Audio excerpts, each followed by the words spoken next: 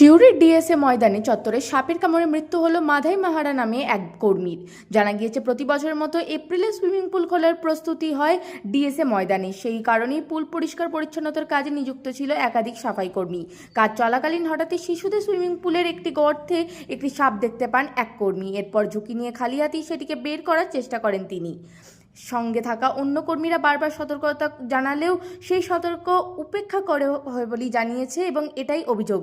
পরে সাপটি বেরিয়ে আসার পর আরেক কর্মী পা দিয়ে সেটিকে সরানোর চেষ্টা করে। সেই সময় আচমকাই ছোবল মারে বিষধর গোখরো সাপটি। প্রথমে ঘটনাটিকে গুরুত্ব না দেওয়ায় পরিস্থিতি আরও জটিল হয়ে ওঠে। স্থানীয়ভাবে প্রাথমিক চিকিৎসা করার চেষ্টা করা হয়। পায়ে গামছা বেঁধে এবং নিম পাতা খাইয়ে বিষক্রিয়া হয়েছে কিনা তা পরীক্ষা করা হয়। এর ফলে হাসপাতালে নিয়ে যেতে দেরি হয়ে যায় বলেই জানা গিয়েছে। পরবর্তীতে অবস্থার অবনতি হলে দ্রুত হাসপাতালে নিয়ে যাওয়া হলেও শেষ রক্ষা হয়নি। চিকিৎসকরা তাকে মৃত বলে ঘোষণা করে। এই মর্মান্তিক ঘটনায় শোকের ছায়া নেমে এসেছে ডিএসএ ময়দান চত্বরে। স্থানীয় একাংশের দাবি, এলাকায় নিয়মিত সাপ ধরা ও সচেতনতার শিবিরের ব্যবস্থা করা জরুরি, যাতে ভবিষ্যতে এ ধরনের দুর্ঘটনা এড়ানো যায়। ঘটনা হলো কি, সুইমিংটা পরিষ্কার করছিল। গ্রীষ্মকালে তো ওদের সুইমিংটা ওপেনিং হয়, এটা আমি পরিষ্কার করছিল। আর জলটা প্রচুর তো নোংরা ছিল।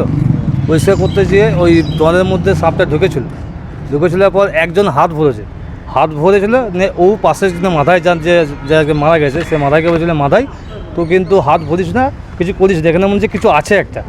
কিন্তু হোক যদি করেছে হোক, কোনো কিছু নেই। জাস্ট ওই জলের মধ্যে পাটা ভরেছে, ওই পায়ে ওকে কামড়েছে। কামড়ানোর পরে পায়ে ওকে তখন তো কেউ নেই, নিয়ে যাও 3-4 জন ছিল। তারপর সঙ্গে সঙ্গে সবাই আসার পর ওকে হাসপাতালে নিয়ে যাওয়া হয়। নিয়ে যাওয়ার পর খানিক শুনছি